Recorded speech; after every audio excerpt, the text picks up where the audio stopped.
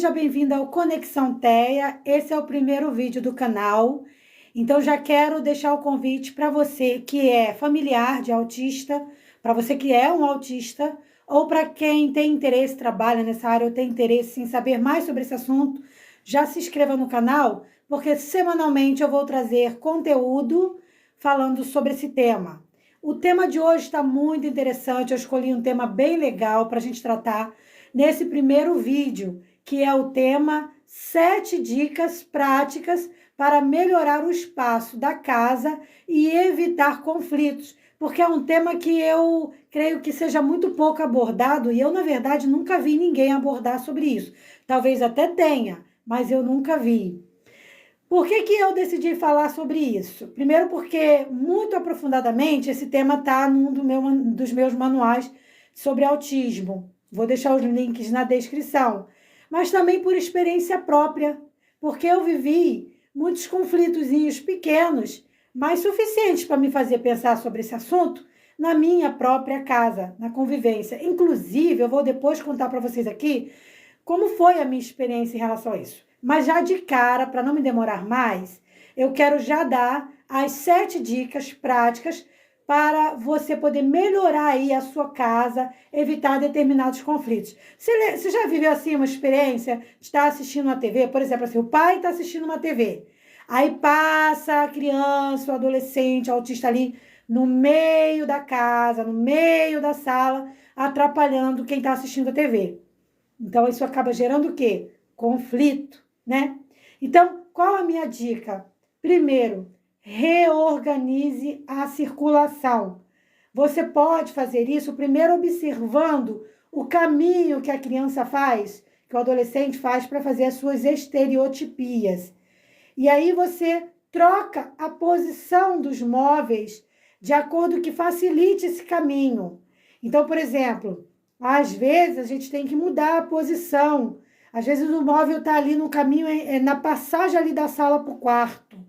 Às vezes, reorganizar aquele móvel para que ele fique numa parede separada, num ambiente, assim, dividindo o ambiente para que o autista possa atravessar livremente, só isso já vai ajudar a evitar conflitos. Porque o objetivo aqui é evitar os conflitos que surgem na família, porque às vezes o pai reclama, a mãe não gosta, briga com o pai, e isso só piora a situação para quem? Para o autista. Depois os pais não entendem por que um pouco depois a criança fica mais agitada. Aí o que se faz? Que é uma coisa que eu sou totalmente contra, aumenta a medicação, troca a medicação. Porque meu filho está muito agitado, às vezes está agitado pelo ambiente que ele vive. Então eu sou super favorável tomar cuidados necessários para evitar estresse no autista. Por isso eu trouxe essas 7 dicas práticas para melhorar o espaço da casa, para uma melhor convivência sem conflitos, ok? Qual a segunda dica que eu dou? E tudo que eu tô falando aqui, gente, é de experiência própria. Eu vivi na minha casa, tá? Crie cantos de função definida, cantinhos, que é mais fácil para o autista entender o que espera dele quando tá tudo sinalizadinho. Então, você pode criar assim, claro que vai depender também do tamanho da casa, né? Mas a gente está falando aqui medidas para uma casa média, não é um casarão, né? O cantinho para brincar, o cantinho para estudar, o cantinho para relaxar. Se você fizer isso, teu filho ou filha vai começar a entender. Então aquele é o cantinho para brincar. Quando for na hora de brincar, ele já vai querer ir para lá. Então, a gente vai educando, reeducando o nosso autista para ele ir aprendendo a observar os locais direitinho. Qual a terceira dica que eu dou, que eu também fiz na minha casa, faço e dá certo? Use divisórias visuais. Eu até fui mais ousada, eu confesso, tá, gente? Eu tenho na minha casa, no meu terreno, ele pega 2 ruas. Então, eu tenho assim a esquina, né? Eu moro na esquina. Na verdade, minha casa ficou um pouquinho mais para cá e tem um terreno que é nosso também na esquina. Então, o que eu fiz? Mas eu já virei minha casa. Porque minha casa era para um lado de uma rua e eu virei para o outro lado e fui fazendo adaptações.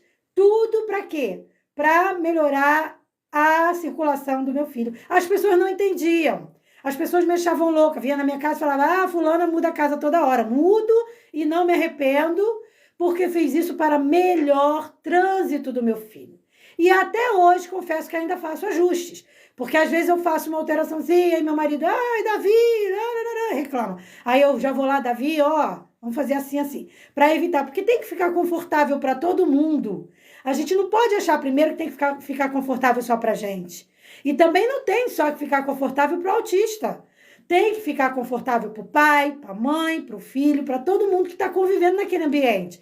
Quanto mais você reestruturar, organizar a tua casa para que o autista possa viver melhor e sem interferência nos momentos de lazer dos outros, melhor, mais paz você vai ter na tua casa. A minha casa é um lugar de paz. Eu não tenho problema com isso. Mas por quê? Porque foram 15 anos de construção. Gente, eu estou decidindo falar disso agora, mas são 15 anos que eu estou nisso. São 15 anos adaptando, readaptando, reorganizando, sabe? Para poder encontrar o espaço certo, para que meu filho faça as estereotipias dele e, ao mesmo tempo, não atrapalhe o meu marido e, ao mesmo tempo, também não me atrapalhe. Por exemplo, eu peguei um cômodozinho que é pequeno, eu acho que eu já até mostrei aqui para quem já me segue, em uma outra oportunidade, aonde era um cômodo que eu guardava coisas, eu não tinha muito o que fazer com aquele cômodo. O que eu fiz? Eu transformei numa mini salinha de cinema, porque eu tenho um projetor, botei, coloquei ali um sofazinho, velhinho mesmo, e normalmente quem usa essa sala sou eu. E é uma maravilha. Meu marido ficou com a TV, porque meu marido não gosta de projetor, e o Davi fica com o que ele gosta, que é o computador. E ali, meu filho, fica numa paz maravilhosa. Então, você tem que adequar, não tem jeito. Você tem que reestruturar o ambiente, tentar ajustar para que vá... E já digo de cara, muito dificilmente você vai acertar na primeira. Muito dificilmente. Você vai mudar, aí na prática pode não dar certo, aí você vai reajustar, mas só lá para a terceira vez é que você começa a realmente encontrar. Nossa, funcionou. Desse jeito aqui ficou melhor. E aí, meu amor, é partir para o abraço, e o abraço aí significa paz, né? É partir para paz. Porque esse conflitozinho parece que não é nada, mas essas queixinhas da mãe reclamar do filho, do pai reclamar do filho, aí a mãe vai lá intermediar, isso vai, gente, cansando ali a família, vai desgastando. Aí, às vezes, no outro dia tá com estresse e não sabe por quê. O estresse, muitas das vezes, pode estar ligado a esse problema ali de... Porque fica parecendo, né, gente, às vezes, para quem não entende, né, fica parecendo que a criança faz de propósito. Porque às vezes dá a impressão assim, foi só eu ligar a televisão para sentar para descansar e ver um filmezinho ou assistir um programinha, o filho começa a pular para lá e para cá. Mas não é. Às vezes, ele faz a estereotipia ou ela faz exatamente porque você ligou a televisão. Porque o som da televisão foi um estímulo para a criança. Então, o que a criança faz? Ela quer expressar aquela emoção dela. Ela quer não, ela precisa, tá? Porque ela não faz porque quer, ela faz porque precisa. Então, a gente tem que entender. Então, o que a gente faz? Organiza a casa para que isso fique confortável para todo mundo, ajustando um pouquinho ali, um pouquinho aqui. Outra dica também, evite excesso de estímulos, aí tem a ver com o que eu acabei de falar. Excesso de estímulo. Por quê? Estímulo sonoro, estímulo visual, isso deixa o autista um pouco agitado, tá? Então, evite que a criança tenha sobrecarga sensorial. Vou contar aqui rapidinho uma experiência pessoal. Eu estava tendo muito problema com meu marido, porque meu marido, tadinho, ele fazia as coisas do dia, fazia a correria dele.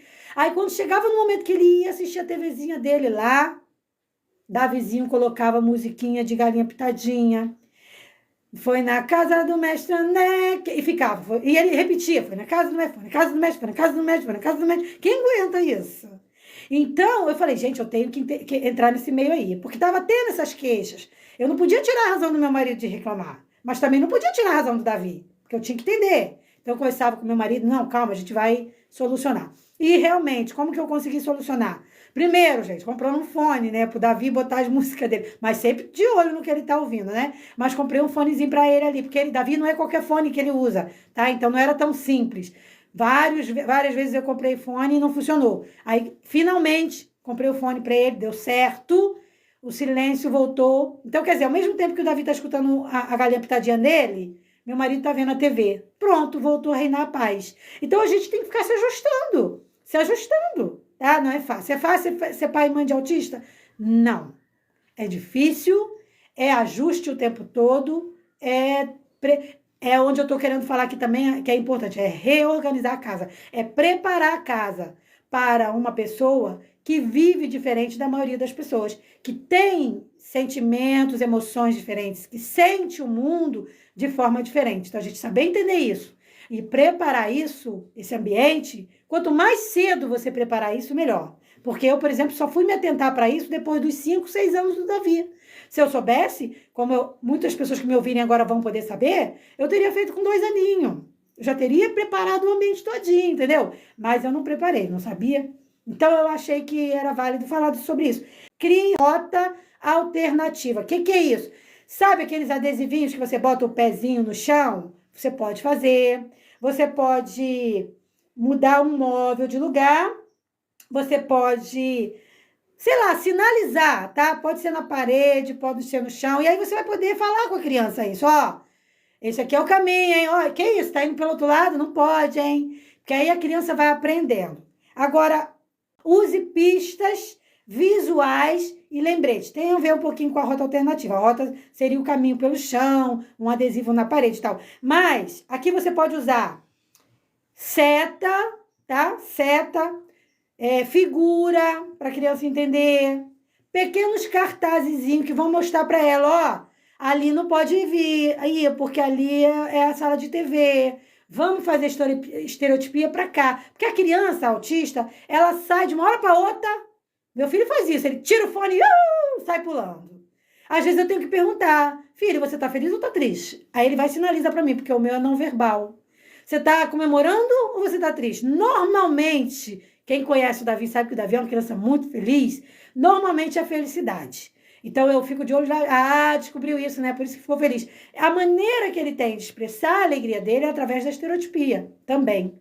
Então, o que a gente tem que fazer? Facilitar a vida do autista e automaticamente isso vai facilitar a nossa vida também, gente. Porque, sabe, não é fácil. Volto a dizer, não é fácil. E esses conflitozinhos, como eu falei, essas picuinhas, que parecem que não é nada, mas isso todo dia, gente, isso pode destruir até casamento. Porque, sabe, se o pai ou a mãe não tiverem a percepção de que isso está alterando o humor deles, de que está deixando eles estressados, se não toma um chazinho, daqui a pouco está tendo brigas horríveis por causa disso. E às vezes até sem saber que é por causa disso. Então, o que tem que fazer? Resolve os seus probleminhas logo, de cara logo. Para não deixar, como a Bíblia fala, né? Não deixa o sol se pôr, né? Resolve logo. Deu probleminha? Resolve. Pega ali, cada um tem o seu espacinho, né?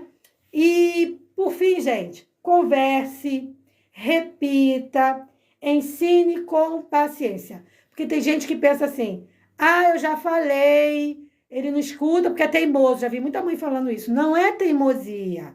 É porque fica realmente complicado para a criança entender a exigência que você está fazendo. Para você aquilo não é nada. Para o autista é difícil entender. Porque o mundo, a visão de mundo dele é diferente. Então, o que a gente tem que fazer? Exercer a paciência, ensinar de novo, ensinar mais uma vez e ensinar quantas vezes for necessário.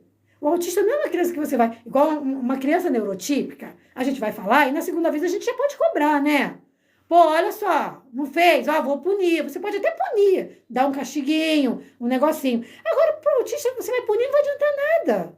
Ele vai esquecer e vai fazer de novo. Então, só quando ele vai parar de fazer. Só quando ele realmente entender que aquilo é importante. E como que ele entende? Ensinando. Então, guarde essa palavra aí, ó, ensinar com paciência. Guarde essa frase. Ensinar com paciência. Porque você vai ter que ensinar, depois ensinar, depois ensinar, depois ensinar de novo. É assim. Então, gente, eu, como mãe de uma criança autista de 16 anos, que enfrentou dores horríveis, que enfrentou lutas, que brigou muito na rua por essa criança, eu sei exatamente o que é. Hoje eu vivo numa harmonia, numa paz, saio com o Davi na rua, tudo é maravilhoso, mas nem sempre foi assim. Então aqui, para quem estiver assistindo isso no canal, Se você tem uma criança autista, está passando por essa fase de luta, de estresse, de às vezes sair na rua vira uma verdadeira faixa de Gaza, calma, vai melhorar. Mas vai melhorar mais rápido se você fizer esses passo a passo que eu estou falando aqui, em relação a melhorar o espaço da sua casa para evitar conflitos. E assim eu finalizo o vídeo de hoje, tá? Agradecendo a quem participou, agradecendo a todos que se inscreverem no canal e lembrando que vai ter vídeo novo toda semana lá no canal Conexão Terra. Um forte abraço, beijo grande, tchau!